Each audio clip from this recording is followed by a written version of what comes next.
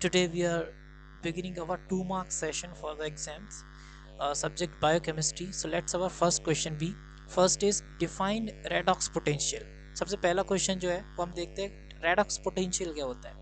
Redox potential actual में क्या होता है, एक पोटेंशियल होता है सिंपली जो कि डिफाइन करता है किसी भी सब्सटेंस की टेंडेंसी को। मींस रेडॉक्स पोटेंशियल एक्चुअल में होता क्या है, देखो रेडॉक्स पोटेंशियल क्या होता है, इसको हम क्या एक्चुअल में ऑक्सीडेशन एंड रिडक्शन पोटेंशियल भी बोलते हैं। अदर लैंग्वेजेस में अगर हम बोलूँ ORP भी बोलते हैं, ऑक्सीडेशन रिडक्शन पोटेंशियल भी बोलता है।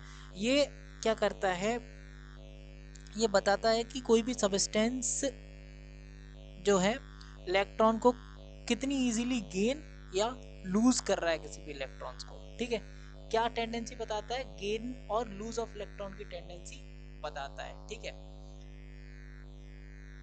कि कब हमारा जो सब्सटेंस है वो ऑक्सीडाइजिंग एजेंट की तरह काम करेगा और कब हमारा सब्सटेंस जो है रिड्यूसिंग एजेंट की तरह काम करेगा। 2 मार्क्स में केवल इतना लिखना है, मतलब ये पूरा अपन को लिखना है 2 मार्क्स के अकॉर्डिंग। ठीक है, रेडॉक्स पोटेंशियल वो पोटेंशियल होता है किसी भी सब्सटेंस का जो कि हमें बताता है कि कोई भी सब्सटेंस कितनी आसानी से इलेक्ट्रॉन्स को गेन और लूज कर रहा है। ठीक है, that is called redox potential. Next आता है डिफाइन एंथैल्पी एंड एंट्रोपी। अब नेक्स्ट हम लोग क्या देखते हैं इसमें, एंथैल्पी और एंट्रोपी क्या होता है। एंथैल्पी और एंट्रोपी है ना, एंथैल्पी एंड एंट्रोपी क्या होता है। तो बेसिकली एंथैल्पी क्या होता है, एंथैल्पी हमारी ये दोनों ही सिस्टम क्या है, थर्मोडायनामिक सिस्टम के पार्ट हैं। एंथैल्पी और एंट्रोपी क्या है, दोनों ही थर्मोडायनामिक सिस्टम के पार्ट हैं। एंथैल्पी मींस टोटल एनर्जी का मेजरमेंट है थर्मोडायनामिक सिस्टम के अंदर। टोटल एनर्जी ओवरऑल एनर्जी का measurement, that is called as the क्या, एंथैल्पी। एंथैल्पी क्या होता है, टोटल एनर्जी का मेजरमेंट। कोई भी थर्मोडायनामिक सिस्टम के अंदर जो टोटल एनर्जी का मेजरमेंट होता है that is called as the enthalpy. Enthalpy measure the total energy in the thermodynamic system. ठीक है, इसमें इंटरनल एनर्जी शामिल होती है, साथ ही प्रेशर और वॉल्यूम से जुड़ी एनर्जी भी। इसमें क्या होता है, it includes internal energy plus the energy associated with the pressure and volume of the system। ठीक है, जब एंथैल्पी चेंज होती है तो एंथैल्पी का साइन होता है डेल्टा एच। एंथैल्पी हम लोग किससे रिप्रेजेंट करते हैं, डेल्टा एच से। जब एंथैल्पी चेंज होती है तो हमें उससे ये पता चलता है कि हमारे सिस्टम में कितनी हीट को एब्जॉर्ब और कितनी हीट को रिलीज किया है कांस्टेंट प्रेशर पे। जब किसी भी चीज में चेंज होता है तो वहां पे साइन आता है किसका, डेल्टा का। ठीक है, नेक्स्ट आता है अपना एंट्रोपी। ये तो थी एंथैल्पी की बात, अब आती एंट्रोपी। एंट्रोपी एक्चुअल में क्या है, ये भी एक थर्मोडायनेमिक सिस्टम का पार्ट है। ये क्या है, एक रैंडमनेस का मेजर, मतलब ये एट रैंडम मेजरमेंट होता है। ये कैसा होता है, रैंडम मेजरमेंट होता है सिस्टम के अंदर। ये बताता है कि मतलब एनर्जी कैसे डिस्पर्स होती है। अगर एंट्रोपी ज़्यादा है तो ये बताता है कि सिस्टम में ज़्यादा डिसऑर्डर है, ज़्यादा डिसऑर्डर है। ठीक है, जब एंट्रोपी में चेंज होगा यानी कि डेल्टा एस में, जब एंट्रोपी का साइन कैसे रिप्रेजेंट करते हैं, एंट्रोपी हम लोग डेल्टा एस से। जब एंट्रोपी में चेंज होगा यानी कि किसमें चेंज होगा, डेल्टा एस में। किसमें चेंज होगा, डेल्टा एस में। जब एंट्रोपी में क्या होगा, चेंज होगा, मींस डेल्टा एस में चेंज होगा, वो हीट ट्रांसफर से रिलेट करेगा और ये क्या है, रिवर्सिबल प्रोसेस है। एंट्रोपी बताता है कि एनर्जी कैसे रिलीज नहीं, डिस्पर्स होती है। अगर एंट्रोपी ज़्यादा है तो ये बताता है कि सिस्टम में ज़्यादा डिसऑर्डर है।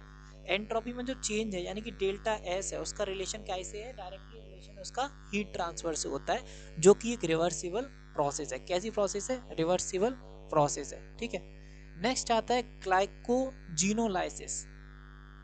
मीन्स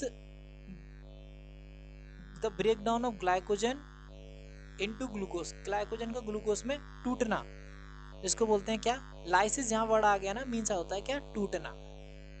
मीन्स ग्लाइकोजन का ग्लूकोज में टूटना, सॉरी हाँ, glycogen breakdown of glycogen into glucose in the body, that is called as a glycogenolysis. आपको इतना याद रखना है, मीन्स ग्लाइकोजन का ग्लूकोज में क्या करना, टूटना। that is called as the glycogenolysis. अब आता है glycogenolysis and glycogenesis. Glycogenesis means glycogen से ग्लूकोज का बनना.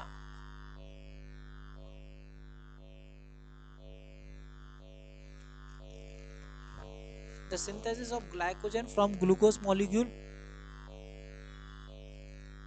means क्या है कि जो ग्लूकोज का मॉलिक्यूल है उससे ग्लाइकोजन का जो सिंथेसिस होता है. ग्लाइकोजेनेसिस है ना, जेनेसिस का मतलब होता है synthesis.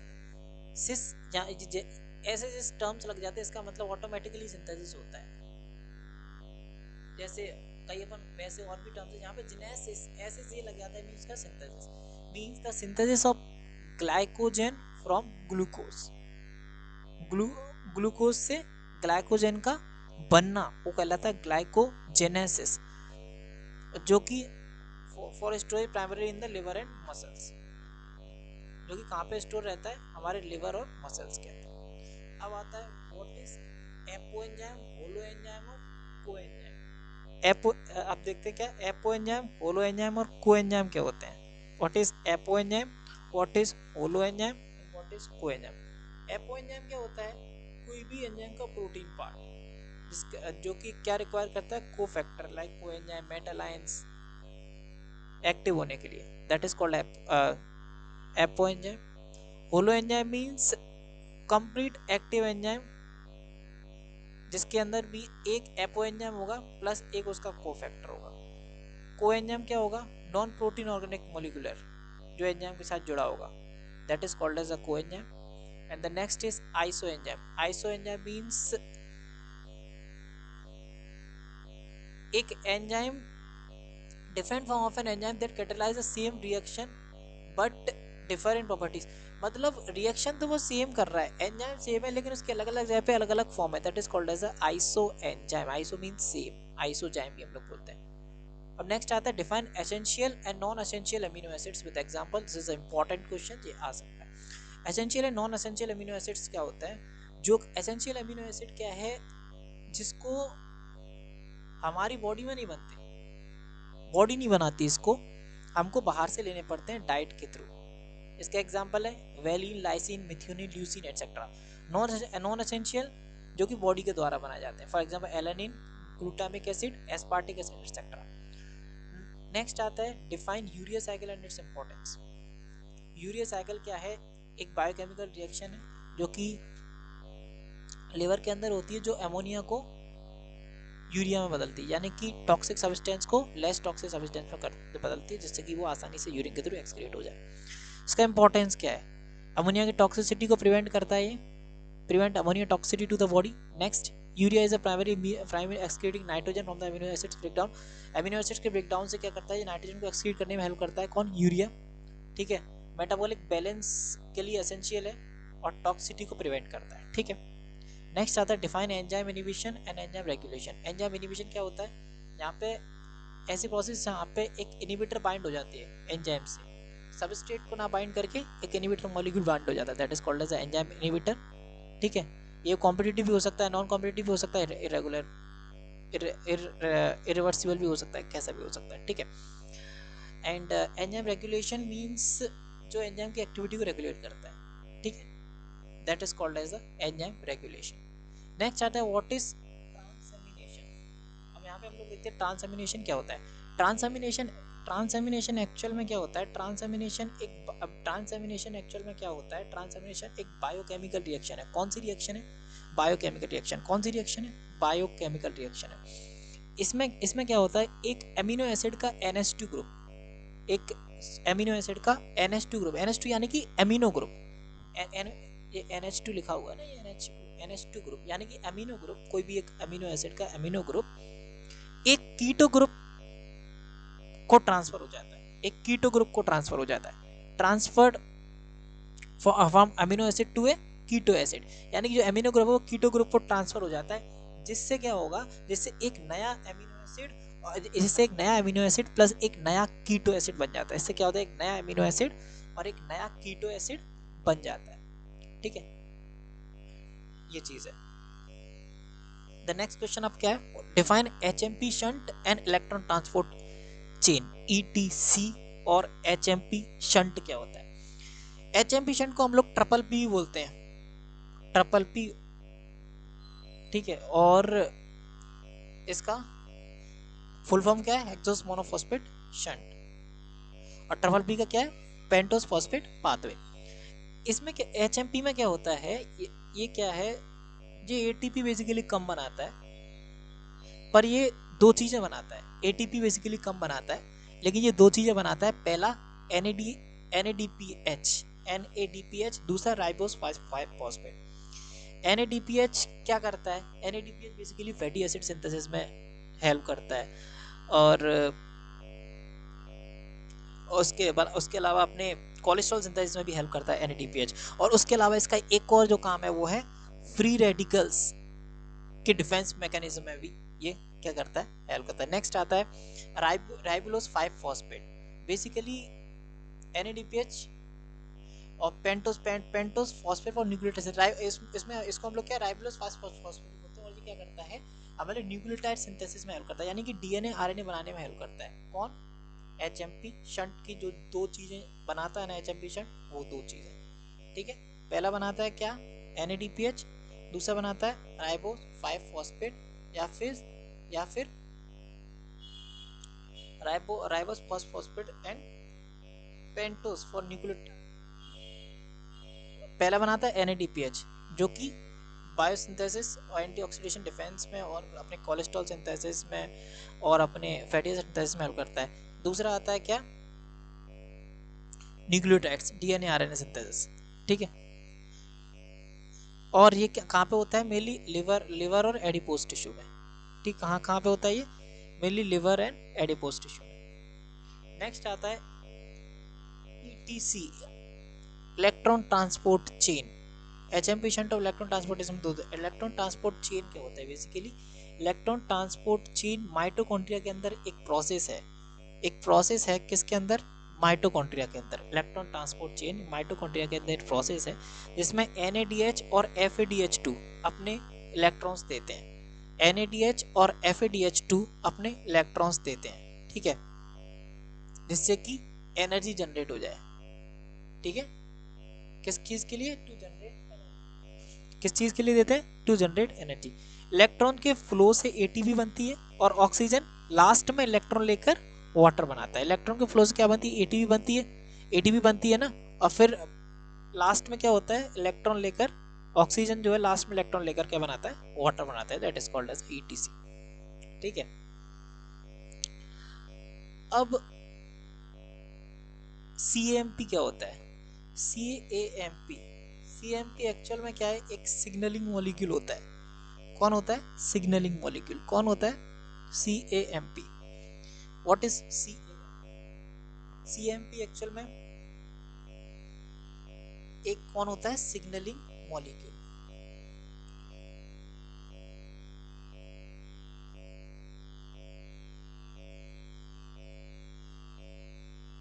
Okay, sorry for the glitch. CMP actual में क्या होता है, सिग्नलिंग मॉलिक्यूल होता है, ठीक है। साइक्लिक EMP भी हम लोग इसको बोलते हैं। और ये क्या करता है, बेसिकली इसकी फुल फॉर्म होती है साइक्लिक एडिनोसिन मोनोफॉस्फेट। क्या फुल फॉर्म होती है इसकी, साइक्लिक एडिनोसिन मोनोफॉस्फेट इसकी क्या होती है, फुल फॉर्म होती है, ठीक है। ये एक सिग्नलिंग मॉलिक्यूल की तरह काम करता है, ठीक है। सेल्स के अंदर इस सिग्नल्स को ले जाता है, हार्मोन से कैरी करता है सिग्नल्स को सेल के बाहर से अंदर तक, पूरी बॉडी में सिग्नल्स को ट्रांसमिट करता है, दैट इज कॉल्ड एज, कौन करता है ये काम, CAMP, ठीक है। इसके सिग्निफिकेंस सी, हाँ वही तो बोला मैंने, CMP सिग्नलिंग मॉलिक्यूल की तरह काम करता है सेल्स के अंदर, हार्मोन्स का रेस्पॉन्स करता है लाइक एड्रेनलिन, और मीडिएट करता है सेलुलर रेस्पॉन्स को, बाहर के सिग्नल्स को और हार्मोन एक्शंस को, ठीक है। ग्लाइकोजन ब्रेकडाउन को इन्फ्लुएंस करता है, ठीक है, यानी कि ग्लाइकोजिनोलाइसिस एंड लिपोलाइसिस दोनों को इन्फ्लुएंस करता है। ग्लाइकोजिनोलाइसिस मींस ग्लाइकोजन का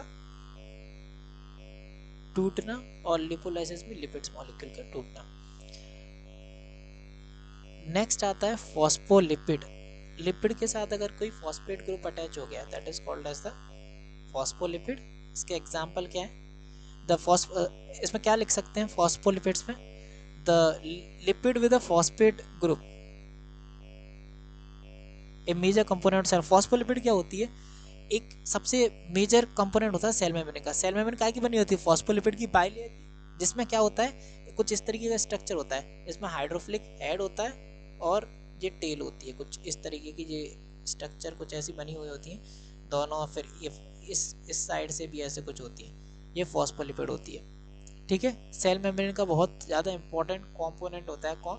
phospholipid is a very important component of the cell membrane. किसका कंपोनेंट इंपॉर्टेंट कंपोनेंट होता है? सेल मेम्ब्रेन का। कौन? Phospholipid. Phospholipid is a very important component. इसके एग्जांपल क्या क्या है? मेम्ब्रेन स्ट्रक्चर और फंक्शन में बहुत इंपॉर्टेंट रोल प्ले करता है कौन? फॉस्फोलिपिड। इसके एग्जांपल्स क्या क्या है? फॉस्फोरिटाइल कोलिन, इसको लीसिटिन बोलते हैं। नेक्स्ट आता है, ये मोस्ट कॉमन है सेल मेम्ब्रेन के अंदर। नेक्स्ट आता है फॉस्फोरिटाइल सीरीन, जो कि सेल मेम्ब्रेन के अंदर पाया जाता है इनर लीफलेट के अंदर specially. Define hyperuricaemia and define gout disease. Hyperuricaemia नाम से क्लियर हो रहा है, यूरिक एसिड का लेवल बढ़ जाता है ब्लड के अंदर। इससे क्या हो जाता है? यूरेट के क्रिस्टल्स टिश्यूज में डिपॉजिट होने लगते हैं, जमने लगते हैं। ठीक है, गाउट डिसीज क्या होती है? गाउट भी एक अर्थराइटिस टाइप, हालांकि अर्थराइटिस और गाउट में डिफरेंस होता है, लेकिन एक टाइप के अर्थराइटिस होता है, पेन होता है दोनों में। और इसमें क्या होता है? यूरेट के क्रिस्टल्स जॉइंट में जमा हो जाते हैं, that is called as the gout disease. इसमें दो ड्रग्स हम लोग देखते हैं, कोल्चिसिन, एलोपिनॉल, और भी होती हैं कई सारी। ठीक है, इस सिम्टम्स क्या होते हैं? जॉइंट पेन होता है, स्वेलिंग आती है, रेडनेस आती है, और हाइपर यूरिसेमिया के जो भी एसोसिएट है वो सारे कॉजेज में भी आ जाते हैं। जो भी हाइपर यूरिसेमिया के कॉजेज हैं वो इसमें भी एसोसिएट हो जाते हैं। Write the role of 5HT। Write the role of 5HT। 5HT का क्या रोल है? बेसिकली 5HT का रोल क्या है? 5HT 5 हाइड्रोक्सी ट्रिप्टामिन जिसको बोलते हैं, ये इंपॉर्टेंट रोल है इसका ब्रेन और बॉडी के अंदर। पहला, ये मूड को रेगुलेट करता है, एंजाइटी एंड हैप्पीनेस सब चीज़ को रेगुलेट करता है। जीआईटी मोटिलिटी मीन्स जो गट मूवमेंट है हमारा, उस चीज़ को रेगुलेट करता है। उसके बाद प्लेटलेट एग्रीगेशन में भी इसका हेल्प करता है। नेक्स्ट आता है define hypercholesterolaemia discuss its symptom. Hypercholesterolaemia means cholesterol का लेवल बढ़ जाता है, उस चीज़ को हम लोग क्या बोलते हैं? Hyper cholesterolaemia. ब्लड के अंदर जब कोलेस्ट्रॉल का लेवल बढ़ जाता है उसको बोलते हैं क्या? Hyper cholesterolaemia. अच्छा, जब कोलेस्ट्रॉल का लेवल बढ़ जाता है ब्लड के अंदर तो हमारी जो मसल्स हैं उनमें भी डिपॉजिट होने लगता है, तो वहाँ पर एक डिजीज होता है डिस्को आर्थरोस्क्लेरोसिस, वो भी इसी से रिलेटेड है। सिम्टम्स आता है often asymptomatic means high cholesterol typically doesn't cause any symptom until complication. जब तक वो क्या है कि पहले एसिम्प्टोमेटिक है, पहले कोई सिम्टम डेवलप नहीं करती, जब तक वो कॉम्प्लिकेटेड स्टेज पर नहीं आ जाती तब तक वो कोई सिम्टम डेवलप नहीं करती। पॉसिबल फिजिकल साइंस, ज़ैंथोमा भी जब फैट स्किन के ऊपर डिपॉजिट होने लगता है कई केसेस में, तो अपन को पता चल जाता है कि क्या है हाइपर कोलेस्ट्रोलेमिया की निशानी। नेक्स्ट आता है क्या? Michaelis Menten plot and explain enzyme kinetics. Michaelis Menten plot क्या होता है और किस चीज़ को अपन को यहाँ पे एक्सप्लेन करना है? एंजाइम काइनेटिक्स को। देखो, माइकलिस मेंटन किस चीज़ के लिए होता है? पहली बात तो माइकलिस मेंटन होता है किसके लिए? नॉन लीनियर काइनेटिक्स के लिए। किस चीज़ के लिए होता है माइकलिस मेंटन इक्वेशन? किस चीज़ के लिए? नॉन लीनियर काइनेटिक्स के लिए। नॉन लीनियर मीन्स यूनिफॉर्म नहीं है। कैसी नहीं है? It's not uniform. Michaelis Menten plot and explain enzyme kinetics हम लोगों को इसमें बताना है। माइकलिस मेंटन प्लॉट क्या है? ग्राफ है, क्योंकि यहाँ पे वर्ड प्लॉट लगा हुआ है, मीन्स एक ग्राफ है जो कि शो करता है rate of enzyme catalyst reaction को और कॉन्सेंट्रेशन ऑफ सबस्ट्रेट को। रेट ऑफ एंजाइम कैटलिस्ट को, कॉन्सेंट्रेशन ऑफ सबस्ट्रेट को, ये क्या करता है? ये शो करता है। ठीक है, सबस्ट्रेट कॉन्सेंट्रेशन और रेट ऑफ एंजाइम जिसमें हम लोग का एक्स एक्सिस में तो लेते हैं सबस्ट्रेट की कॉन्सेंट्रेशन। इसका कुछ अपन इस तरीके से जब ग्राफ बनाएंगे ना, देखो Y Y dash X dash और ऐसे इसका ग्राफ बनाएंगे तो इसमें क्या होगा, एक्स एक्सिस पे सबस्ट्रेट की कॉन्सेंट्रेशन लेंगे, क्या लेंगे, कॉन्सेंट्रेशन ऑफ सबस्ट्रेट यहाँ पे लेंगे, कॉन्सेंट्रेशन ऑफ सबस्ट्रेट। और वाई एक्सिस पे हम लोग क्या लेते हैं, क्या लेते हैं वाई एक्सिस पे लेते हैं रिएक्शन की वेलोसिटी, हाउ मतलब कितनी जल्दी एंजाइम वर्क कर रहा है, इसको हम लोग क्या लेते हैं वेलोसिटी, वेलोसिटी मींस स्पीड, कितनी जल्दी एंजाइम वर्क करता है, ये यहाँ पे हम लोग लेते हैं। फिर इसके बीच में क्या करते हैं हम लोग, ग्राफ प्लॉट करते हैं, ठीक है। तो ये होता है क्या अपना नॉन लीनियर, वो सॉरी माइकलिस मेंटन प्लॉट होता है, ठीक है। इसकी एक इक्वेशन होती है v equal V max into S upon K M plus X, ठीक है। अब आता है एंजाइम काइनेटिक्स, मींस कितनी स्पीड में जो एंजाइम रिएक्शन को कैटलिस्ट कर रहा है। एंजाइम काइनेटिक्स क्या होता है, किस रेट से एंजाइम रिएक्शन को कैटलाइज कर रहा है। एंजाइम काइनेटिक स्टडी कर बताता है कि कितनी फास्ट एंजाइम रिएक्शन को करवा रहा है, ठीक है। उसकी रिएक्शन में कैसे कैसे चेंजेस आते जा रहे हैं एंजाइम और सबस्ट्रेट की कॉन्सेंट्रेशन की हेल्प से, ठीक है। ये क्या करता है, एंजाइम की एक्टिविटी को समझने में मदद करता है, it helps in understanding the enzyme activity, उसका इनिबिशन और उसके रेगुलेशन में भी ये हेल्प करता है। So that's all about today's question, all the questions are covered and thank you so much.